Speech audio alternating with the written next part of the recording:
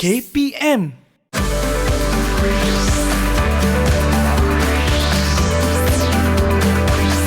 Didik TV KPM. Ayahanda hamba mati dibunuh oleh manusia yang hatinya binatang. Hutang nyawa mesti dibalas nyawa. Hamba menuntut petualang dihukum supaya hati hamba puas dan puas. Hamba mahu menghadap Sultan. Pembunuh mesti dihukum mengikut adat nenek moyang. Hanya Sultan berdaulat mampu jatuhkan hukuman supaya kematian ayahanda hamba tidak sia-sia. Assalamualaikum, anda sedang menonton teras di Didik TV KPM bersama saya Nisa K. Suka Nisa nak ingatkan kepada anda semua agar kekal menjaga SOP yang telah ditetapkan dengan memakai pelitup muka dengan betul dan kemas dan bersih di tempat awam, jaga penjarakan fizikal sekurang-kurangnya 1 meter atau lebih, kerap cuci tangan menggunakan air dan sabun dan gunakan gel pembasmi kuman untuk sanitasi tangan anda. Tetapi sekiranya tiada keperluan untuk keluar rumah, tak perlu keluar. Ya, kita duduk di rumah, duduk diam-diam, kekal selamat, kekal sihat. Hari ini satu lagi episod yang mana kita akan bawakan satu subjek teras iaitu mata pelajaran sejarah. Topik kita sangat-sangat menarik. Agak-agaknya ada tak kena-mengena dengan monolog yang telah dipersembahkan sebentar tadi. Sebelum itu, kita tonton profil guru ini. Jom.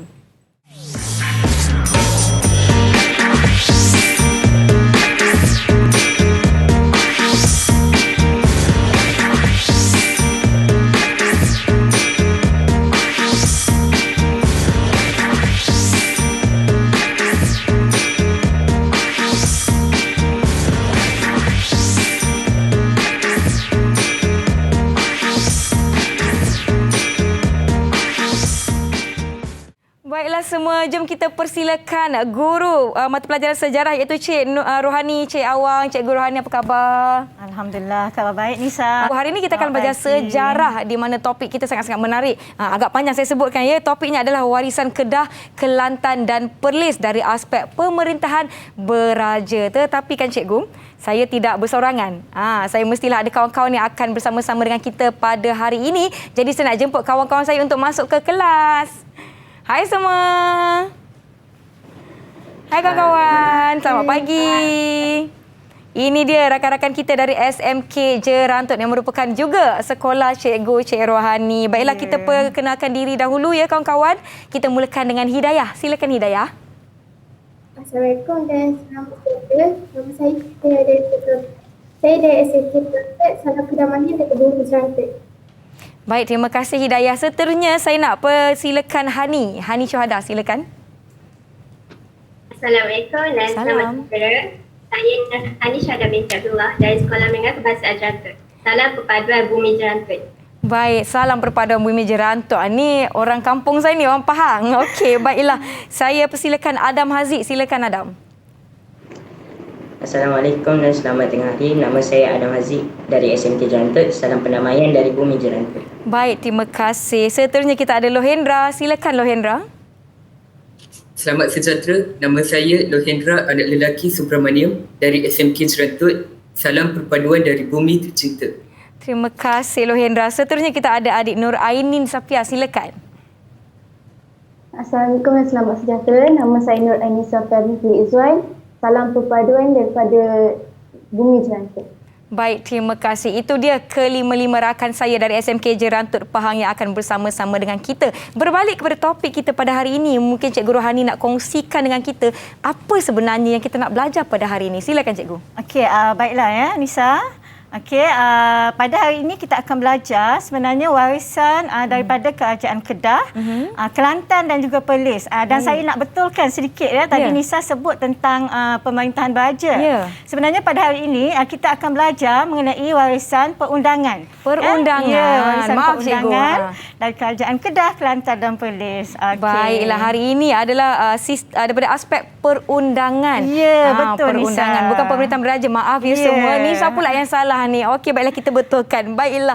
Sebelum kita pergi ke yang seterusnya, kita akan tonton dahulu video yang telah kita sediakan. Jom sama-sama kita saksikan. Kenapa kamu perlu belajar sejarah? Supaya saya dapat menghargai pengorbanan pejuang-pejuang bangsa.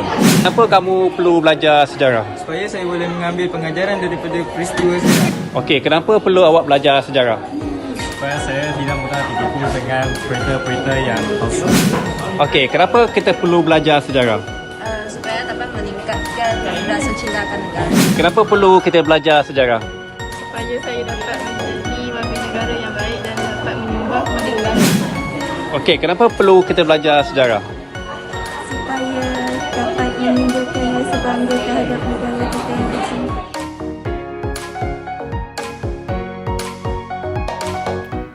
Baiklah, itu dia sedikit perkongsian daripada rakan-rakan kita berkenaan dengan mata pelajaran sejarah. Cikgu nak tanya boleh tak cikgu? Ya, silakan Nisa. Betul ke belajar sejarah ni susah sebab ramai cakap alamak kalau sejarah je kena hafal, kalau sejarah je kena hafal. Betul ke cikgu? Oh, tak sama sekali Nisa. Ya. Salah sebenarnya tu. Sebenarnya bagi saya sejarah ini sangat menyeronokkan sebab ianya satu cerita. Satu cerita benar ya, macam kita umpama baca novel. Novel tu belum tentu lagi cerita benar. Betul. Sejarah ni satu cerita benar dan memang sangat menarik, tetapi pastikan pelajar kena faham dululah. Dah faham barulah ingat ya. Jadi pasti akan menyeronokkan belajar sejarah ni. Betul, belajar sejarah ni sebenarnya seronok dan kita pun tak nak anda menghafal semata-mata, yang penting kita memahami. Baiklah, kita akan berhenti rehat seketika sebelum kita pergi ke subjek kita pada hari ini, dan jangan ke mana-mana, kembali selepas ini di Teras Didik TV KPM.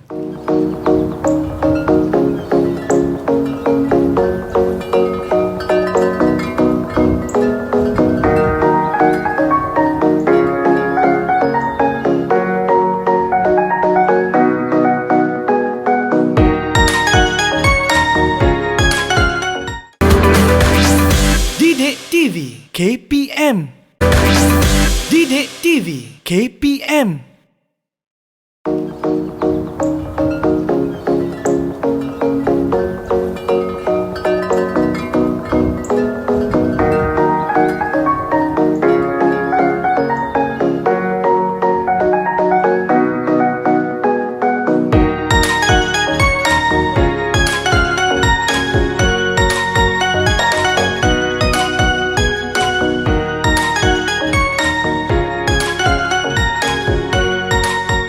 Kembali menonton Teras di Didik TV KPM bersama saya Nisa. Kita ada Cikgu Rohani dan juga rakan-rakan saya dari SMK Jerantuk. Nisa nak tanya dengan rakan-rakan di SMK Jerantuk, adakah anda sudah bersedia? Kalau dah bersedia untuk mata pelajaran kita pada hari ini, topik kita adalah warisan Kedah, Kelantan dan Perlis dari aspek perundangan. Bagi Nisa, double thumbs up. Ya, nampaknya semua dah bersedia. Yang di rumah pun turut sama bersedia. Ya, sediakan buku, pen dan kertas untuk sesi kita hari ini. Kita boleh mulakan, tetapi sebelum tu cikgu, saya nak jemput untuk cikgu sanitasi dahulu tangan sebelum kita mulakan. Silakan cikgu. Okey, terima kasih Nisa. Sama-sama. Baiklah, saya pula ya. Okey. Okey, sekarang barulah kita dah betul-betul bersedia. Silakan Cikgu Rohani. Okey, baiklah ya. Pada hari ini kita akan belajar tajuk daripada bab 9 ya, tingkatan 2. Iaitu warisan perundangan ya dalam Kerajaan Kedah, Kelantan dan Perlis. Okey, sebelum cikgu pergi kepada isi pembelajaran pada hari ini, cikgu ingin menjelaskan dahulu ya apa itu makna warisan supaya pelajar memahami apa sebenarnya tajuk yang nak belajar. Ya, cikgu. Okey, sebenarnya warisan ini bermakna sesuatu yang diwarisi daripada generasi terdahulu dan dimiliki oleh sekelompok masyarakat pada hari ini. Baik. Dan ia menggambarkan tentang memori ataupun ingatan masyarakat tersebut dan melambangkan ketamadunan masyarakat tersebut. Jadi pada hari ini kita akan belajar tentang warisan perundangan ya dalam Kerajaan Kedah, Kelantan dan juga Perlis. Okey ya. Baiklah ya, kita pergi kepada DSKP. Kalau dalam DSKP dia terletak bawah 6.3.3. Okey, di mana hasil pembelajaran yang akan pelajar dapat pada hari ini Nisa ialah menjelaskan warisan Kerajaan Kedah, Kelantan dan Perlis sehingga kini ya dalam aspek perundangan. Dan pelajar juga dapat menjelaskan elemen kewarganegaraan iaitu menghuraikan kepentingan menghargai warisan negeri Melayu. Okey, baiklah ya. Jadi tanpa membuang masa, kita pergi kepada aspek yang pertama ya, iaitu dari segi aspek perundangan. Apakah perundangan yang terdapat ya dalam 3 kerajaan ini? Okey, kita lihat kalau dalam kerajaan Kedah, okey, ada undang-undang tubuh kerajaan Kedah Darul Aman. Okey, manakala dalam kerajaan Perlis ada undang-undang tubuh kerajaan Perlis, dan di Kelantan namanya lain sikit Nisa ya. Namanya undang-undang tubuh, undang-undang perlembagaan tubuh kerajaan Kelantan. Jadi inilah dia sistem perundangan yang terdapat dalam kerajaan Kedah, Perlis dan juga Kelantan. Okey, baiklah ya. Kita pergi kepada isi yang pertama. Apakah kandungan yang terdapat dalam undang-undang tubuh 3 kerajaan ini? Okey, baik. Isi yang pertama ialah dalam aspek penggantian pemerintah. Okey, dalam undang-undang tubuh ini Nisa ya, dan anak-anak pelajar dinyatakan bahawa sultan atau raja hendaklah lelaki. Okey, berketurunan raja, berbangsa Melayu dan beragama Islam. Dah dinyatakan ya, ini syarat untuk menjadi pemerintah. Okey, jadi ini isi yang pertama. Jadi cikgu nak uji anak-anak cikgu ni. Baik, cikgu. Memahami atau tidak isi yang pertama ini. Okey, cikgu nak tanya siapa agaknya yang bertuah. Ya? Okey, cikgu nak tanya Adam. Cikgu nampak Adam senyum bukan main ya. Okey, Adam.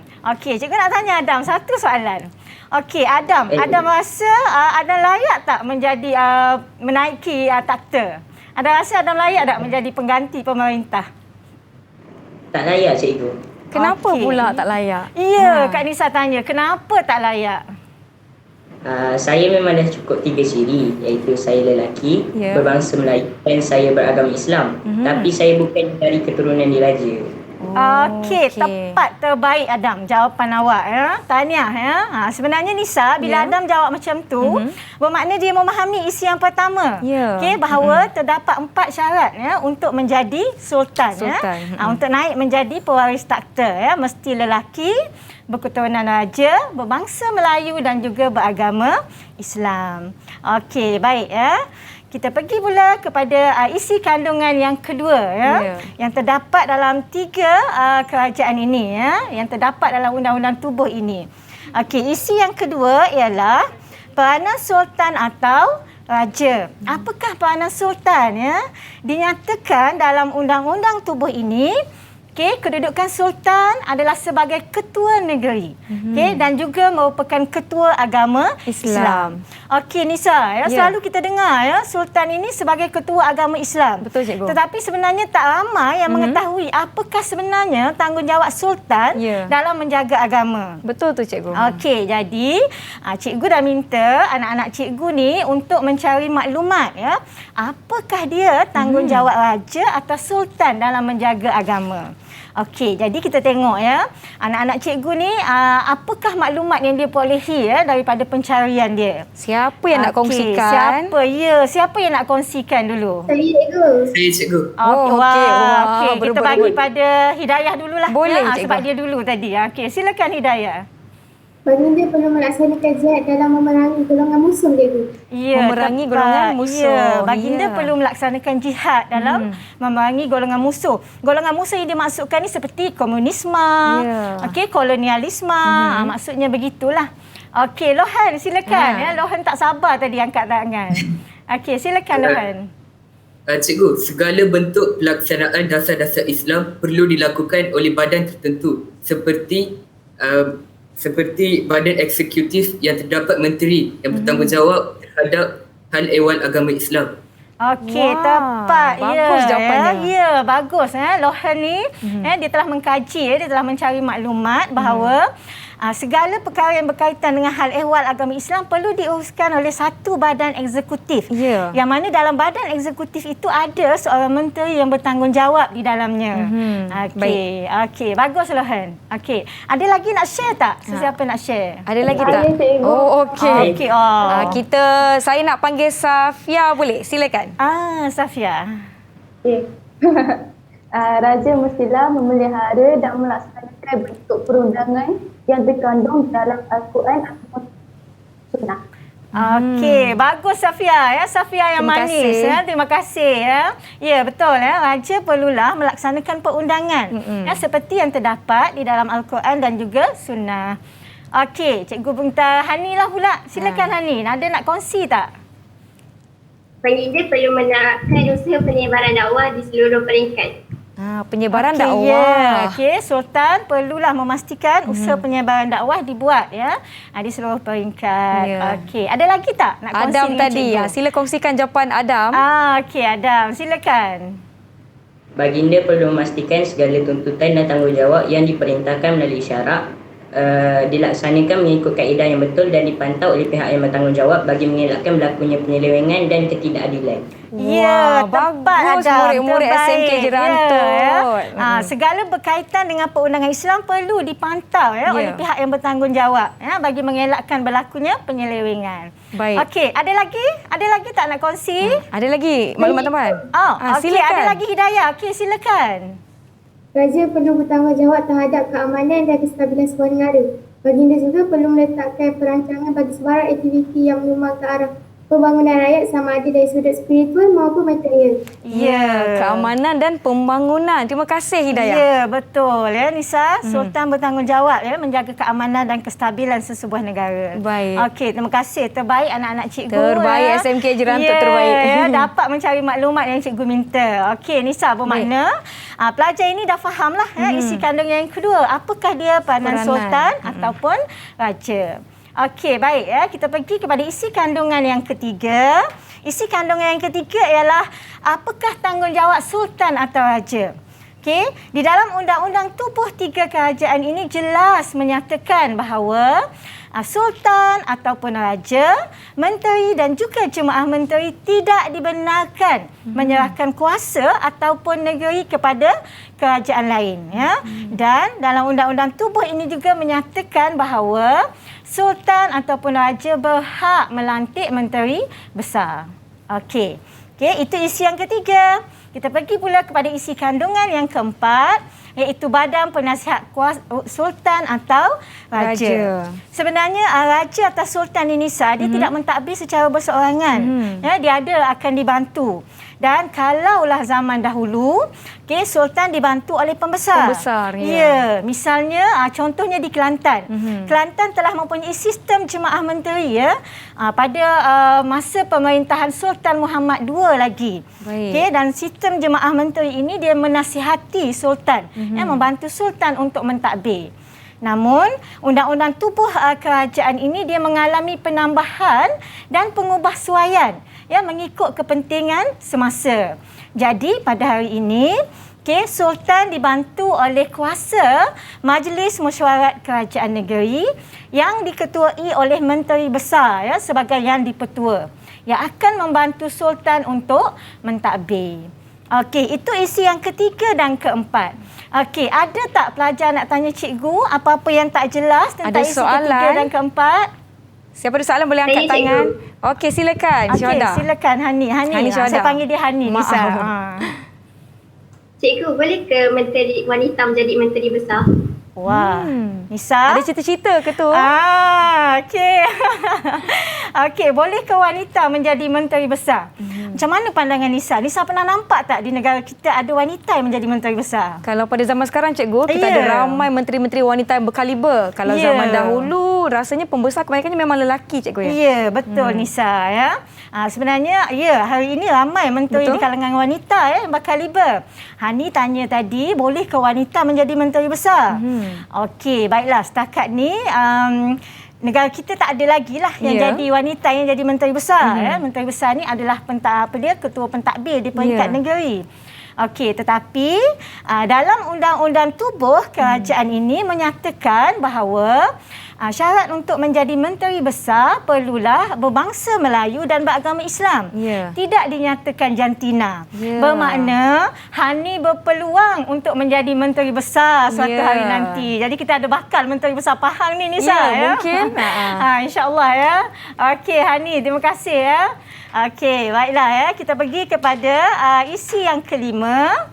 Okey, apakah isi kandungan Undang-Undang Tubuh yang kelima, iaitu hak rakyat dalam pentadbiran, ya. Dalam isi ini menyatakan bahawa warga negara yang berumur 21 tahun ke atas Nisa, ya, dan tinggal di dalam negeri tersebut layak untuk menjadi ahli Dewan Undangan Negeri, ya, mengikut perlembagaan persekutuan. Maknanya mereka ini layak untuk bertanding dalam pilihan raya. Betul. Dan jika menang boleh dilantik menjadi adun. Betul. Okey, jadi itulah dia isi kandungan Undang-Undang Tubuh dalam 3 kerajaan ini. Okey, ini bahagian yang pertama, Nisa. Ya. Okey, kita pergi pula pada bahagian yang kedua. Baik. Okey, pemantapan Undang-Undang Islam. Seperti yang cikgu nyatakan sebentar tadi bahawa Undang-Undang Tubuh ini dia akan mengalami penambahan, ya, penambahbaikan, pengubahsuaian. Begitu juga, ya, dengan Undang-Undang Islam, ya. Misalnya Kerajaan Kedah dan Kelantan juga dia telah memantapkan lagi Undang-Undang Islam dia.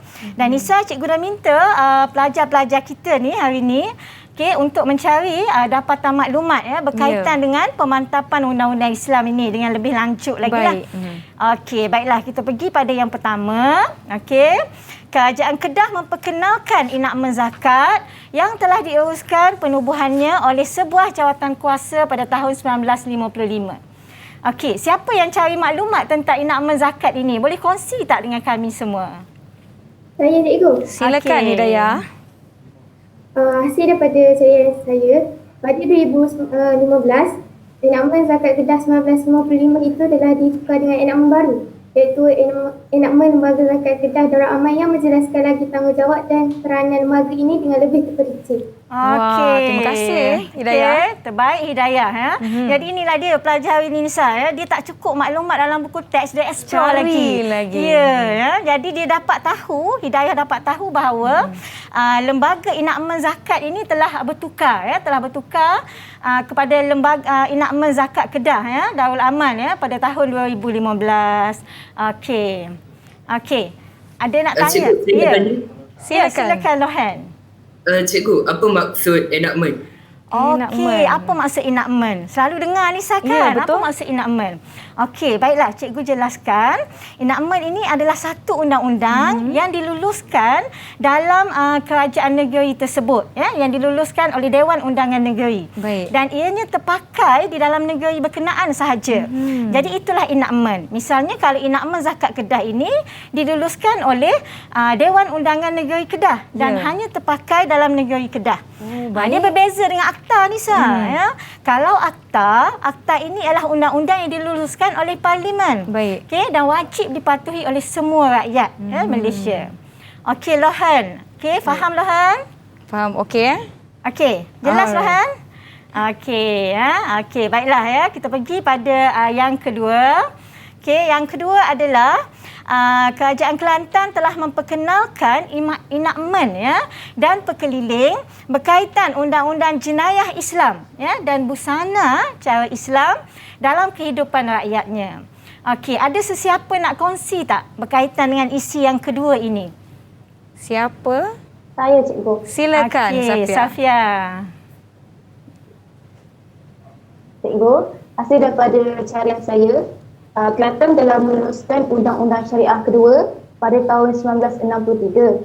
Untuk busana cara Islam, Jabatan Hal Ehwal Islam Kelantan telah menggariskan busana cara Islam mestilah pakaian yang menutup aurat, iaitu tidak seksi, tidak ketat, tidak menampakkan susuk tubuh badan, serta mesti bertudung dan juga tidak memakai baju lengan pendek dan seluar pendek.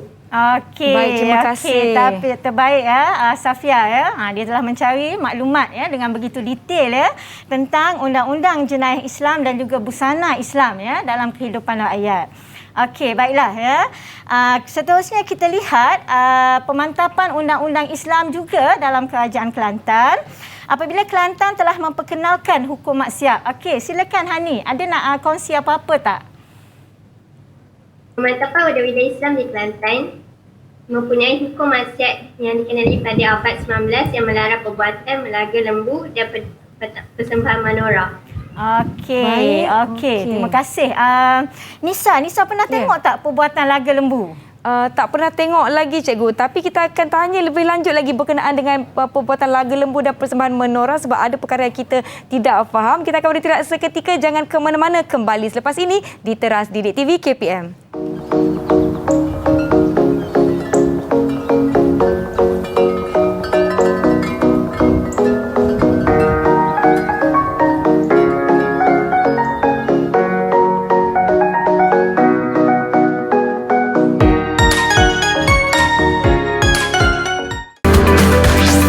Didik TV KPM. Didik TV KPM.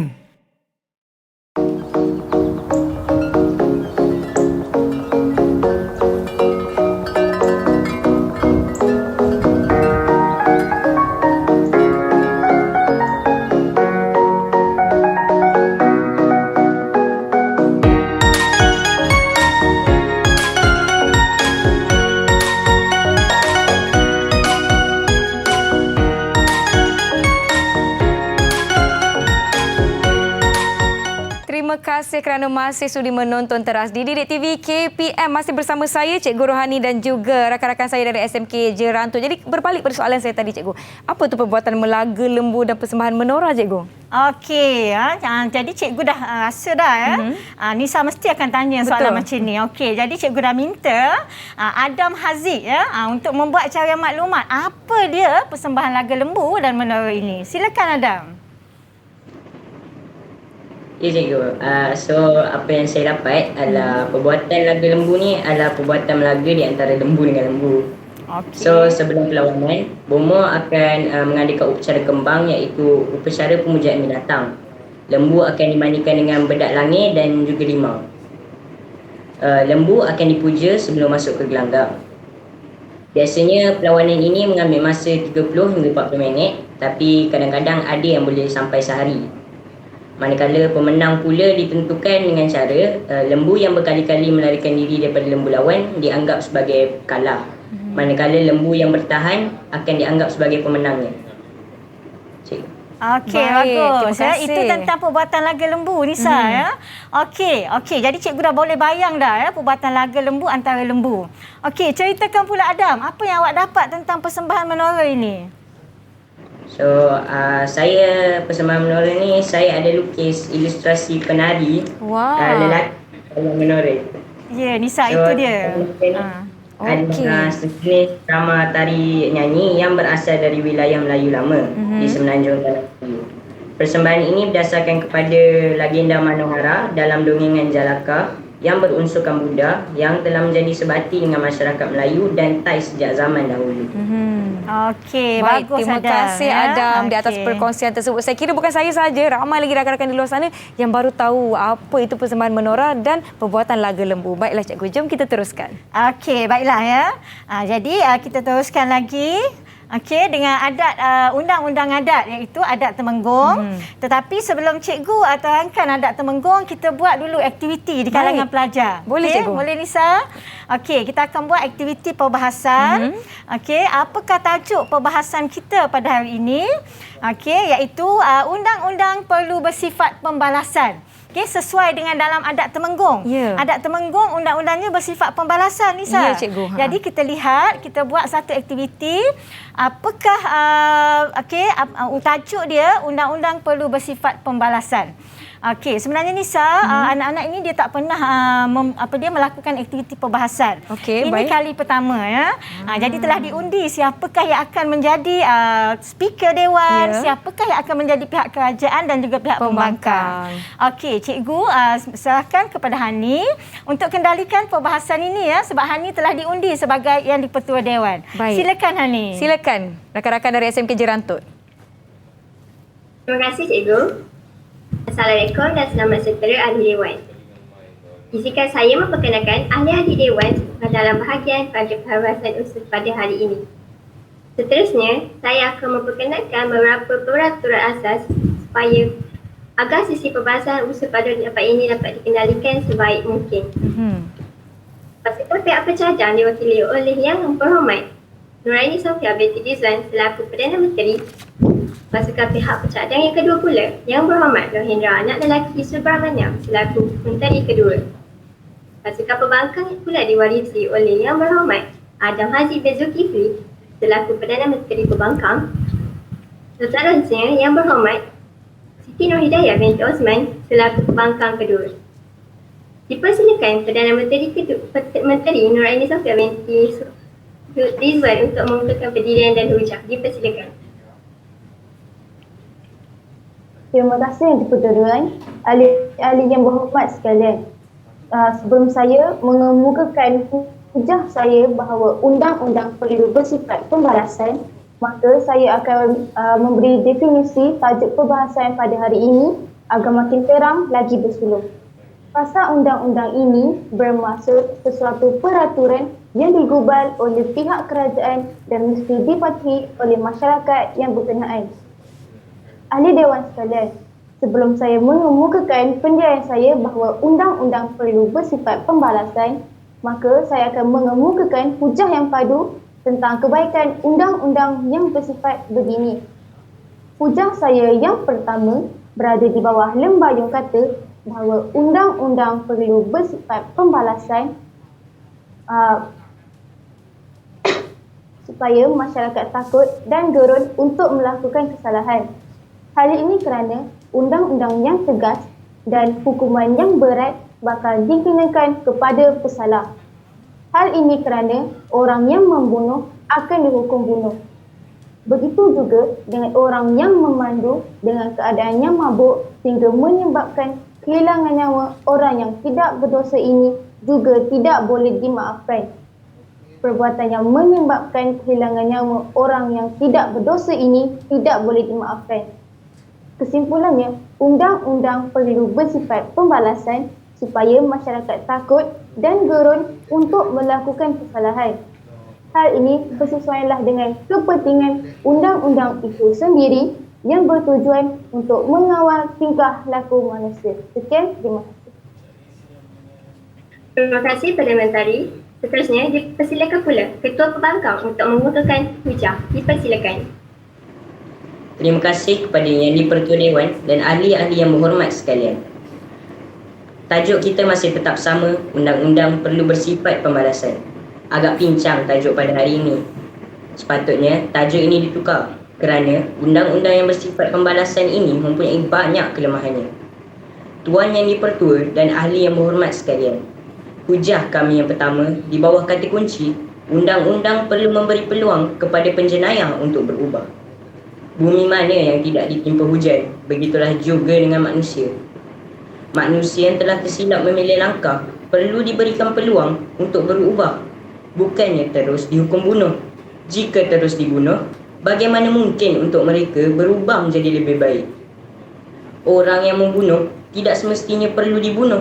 Dalam adat pepatih misalnya, orang yang membunuh perlu menanggung keluarga orang yang dibunuhnya seumur hidupnya.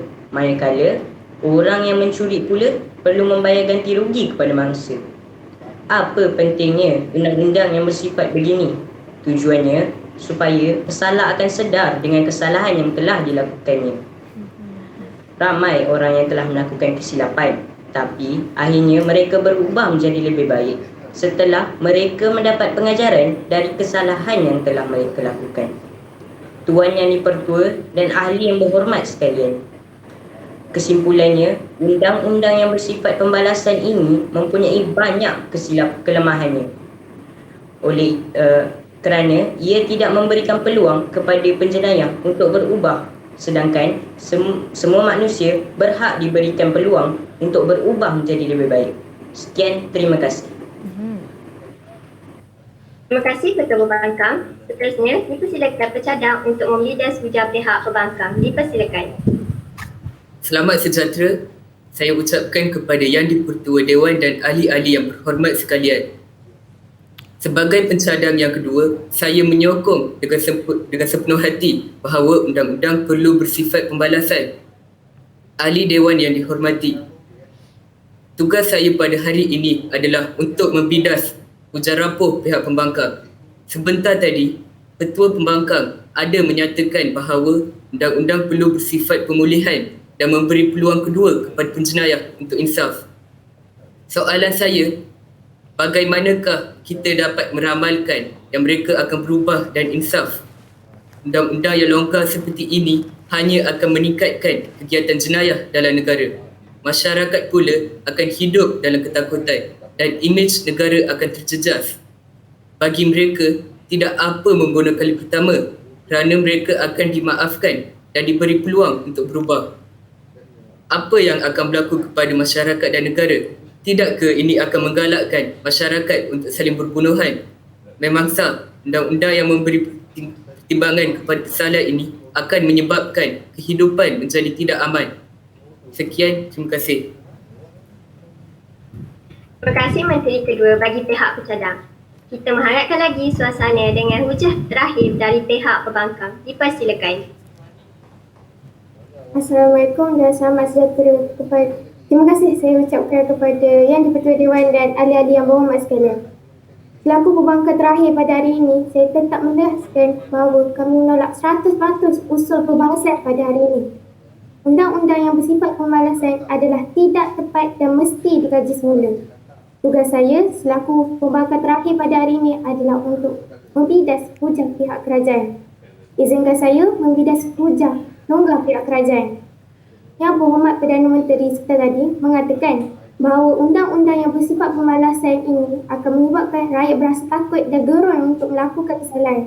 Sebenarnya, undang-undang yang bersifat pemalasan ini hanya akan menyebabkan rakyat berasa tak puas hati dan semakin menimbulkan lagi perasaan dendam yang tidak berkesudahan dalam kalangan masyarakat. Hutang darah dibayar darah tidak akan berhenti begitu saja. Rasa marah dan dendam tetap wujud dalam diri pembunuh maupun yang dibunuh. Maka tak mustahil pemusnahan akan terus berpanjangan kerana masing-masing mempunyai sebabnya tersendiri. Bagi pihak yang dibunuh, berasa marah kerana ahli keluarga mereka dibunuh. Bagi pihak pembunuh pula, rasa tak puas hati kerana pembunuh membunuh tanpa niat. Jadi, dendam tetap membara yang tidak mustahil boleh mengakibatkan lagi pemusuhan, akan menyebabkan lagi pertumpahan darah. Apatah lagi sifat manusia ni memang tak suka dihukum, tetapi manusia suka dididik untuk berubah menjadi lebih baik. Maka atas dasar inilah saya mencadangkan usul perbahasan pada hari ini ditukar kepada undang-undang tidak perlu bersifat pembalasan. Sekian, terima kasih. Terima kasih pembangkang terakhir kita dalam sesi pada hari ini. Maka sesi perbahasan kita akan menuntut tirai. Sekian, terima kasih. Baiklah, itu dia. Terima kasih rakan-rakan saya dari SMK Jerantut. Bagus-baguslah mereka ni. Tepukan untuk anda semua. Walaupun Cikgu Rohani ada sebut mereka ni pertama kali. Mungkin boleh kita kongsikan lebih sedikit berkenaan dengan topik yang kita akan pelajari, iaitu kita dah masuk kepada adat Temenggung. Silakan Adat Temenggung, ya. Okey, sebelum tu tahniah ya. Cikgu nak ucapkan pada anak-anak cikgu terbaik ya. Okey, terima kasih buat anak cikgu. Okey, kita kongsikan tentang adat Temenggung. Okey, dalam adat Temenggung ini dia mempunyai 6 aspek. Yang pertama dari segi pengasas, yang kedua pemerintahan, yang ketiga sistem kekeluargaan, yang keempat sistem perkahwinan, dan yang kelima warisan harta pusaka, dan yang terakhir adalah dari segi hukuman. 6 ciri yang terdapat dalam adat Pepatih, dan sebenarnya dalam adat Temenggung, minta maaf ya, dalam adat Temenggung, dan sebenarnya adat Temenggung ini Nisa diamalkan di semua negeri Melayu ya, kecuali di Naning, Melaka dan juga Negeri Sembilan ya. Dan adat Temenggung ini dia banyak menerima pengaruh daripada perundangan Islam ya, sistem perundangan Islam yang bermazhabkan mazhab Syafi'i. Okey ya. Jadi cikgu rasa dengan video itu telah menjelaskan ya tentang undang-undang adat ini secara keseluruhannya. Ya, betul tu. Dan daripada aspek yang kita lihat ini semua, anda boleh buat ulang kaji di rumah mengikut buku tingkatan 2 bab 9. Kita akan bertirahat seketika, jangan ke mana-mana, kembali selepas ini di Teras Didik TV KPM.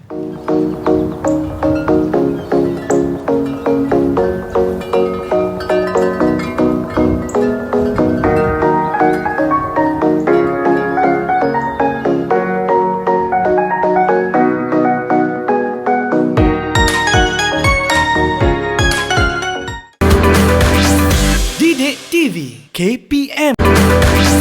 Didik TV KPM.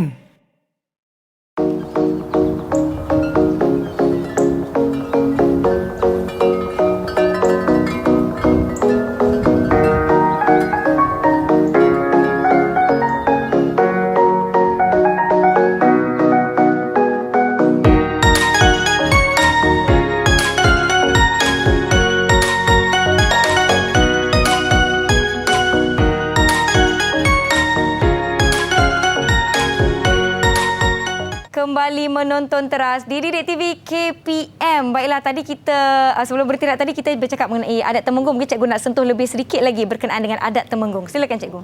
Okey, baiklah ya. Tadi cikgu dah ceritakan bahawa adat Temenggung ini dia berasal daripada adat Temenggung ini diamalkan ya di semua negeri Melayu kecuali Naning dan juga Negeri Sembilan ya. Dan adat ini sebenarnya diasaskan oleh Datuk Ketemenggungan ya yang berasal daripada Palembang, Sumatera. Okey, kita tengok pula pada isi yang kedua iaitu adat ini dalam aspek pemerintahan di mana pemerintahannya adalah bersifat autokratik yang diketuai oleh sultan ya atau raja dan dibantu oleh pembesar. Okey ya, dan anak lelaki sultan akan naik menjadi pewaris takhta. Okey, dan isi yang ketiga ya Nisa, dalam aspek sistem kekeluargaan. Dalam aspek sistem kekeluargaan, kaum lelaki lebih diutamakan, Nisa. Kenapa kaum lelaki lebih diutamakan? Ya? Kerana nasab keturunan adalah mengikut sebelah bapa. Ya? Dan mengikut hukum syarak. Ya? Dan yang keempat adalah sistem perkahwinan. Dalam adat Temenggung, perkahwinan dibenarkan dengan sesiapa sahaja. Ya? Asalkan tidak bertentangan dengan sistem perundangan Islam. Ya? Dan yang kelima, dari segi warisan harta pusaka, harta pusaka juga dia mengikut hukum syarak di mana lelaki lebih banyak ya menerima harta pusaka. Berbanding dengan perempuan. Kerana tanggungjawab lelaki dianggap lebih besar. Berat. Ya, betul Nisa. Sebab itu kalau dalam sistem perundangan Islam juga lelaki menerima 2/3 harta dalam sistem faraid. Ya. Jadi dalam adat Temenggung juga dia mengikut sistem perundangan Islam. Dan dari segi aspek yang keenam adalah hukuman. Di mana hukumannya adalah berunsur pembalasan dan lebih tegas. Dan inilah yang kita kaitkan dengan sistem dengan perbahasan kita tadi ya. Betul. Adakah undang-undang ini perlu bersifat pembalasan? Misalnya pembunuh, hukuman dia bunuhlah. Dan hanya raja atau sultan sahaja berhak menjatuhkan hukuman bunuh ya dalam adat Temenggung. Ini apa yang telah dijelaskan, bab hukuman ini dijelaskan dalam perbahasan yang disampaikan oleh rakan-rakan kita sebentar tadi. Ya Nisa. Ada anak-anak pelajar nak tanya tak berkaitan dengan adat Temenggung? Ada yang nak tanya soalan? Silakan Hidayah. Bilakah adat Temenggung mula diamalkan di tanah Melayu? Bilakah adat Temenggung diamalkan di tanah Melayu? Bagus Hidayah ya. Sebenarnya adat Temenggung ini dia mula diamalkan, dibawa masuk ke tanah Melayu dalam abad ke-15 ya. Dibawa mula-mula ke Melaka dan kemudiannya disebarkan ya ke negeri Melayu yang lain, termasuklah dalam kerajaan Kedah, Kelantan dan Perlis. Betul. Ada lagi tak nak tanya? Adam nampak dah buka mic tu ya Adam. Silakan nak tanya. Adam. Cikgu, saya nak tanya, bila adat Temenggung ni menerima pengaruh Islam? Bila adat Temenggung ni menerima pengaruh Islam? Sebenarnya Nisa, di tanah Melayu ini sebenarnya pada asalnya adalah menerima pengaruh Hindu dan Buddha. Betul. Kemudian selepas itu barulah datang ke agama Islam ke alam Melayu. Jadi adat Temenggung ini pada asalnya juga menerima pengaruh Hindu mengikut undang-undang Manu. Tetapi kemudiannya apabila agama Islam datang ke alam Melayu, maka adat Temenggung ini kemudiannya telah menyerap pengaruh Islam mengikut mazhab Syafi'i. Yang diamalkan oleh negara kita ya. Ada lagi nak tanya? Cikgu, saya nak tanya. Saya cikgu. Cikgu bagi pada Safia dulu. Silakan Safia. Cikgu, dalam adat Temenggung, kita dibantu oleh pembesar. Pembesar mana yang paling bawah? Pembesar mana yang paling bawah? Paling Betul bawah. Safia. Paling bawah ya. Dalam adat baik ya. Dalam adat Temenggung, pembesar yang bawah ada dua. Satu penghulu. Penghulu ni dia menjaga mukim. Satu lagi adalah ketua kampung. Ketua kampung dia menjaga kampung. Jadi yang paling bawah ialah ketua kampung lah. Jadi sebenarnya Nisa, ketua kampung ni juga sebenarnya salah satu pembesar. Ya, dalam kategori pembesar.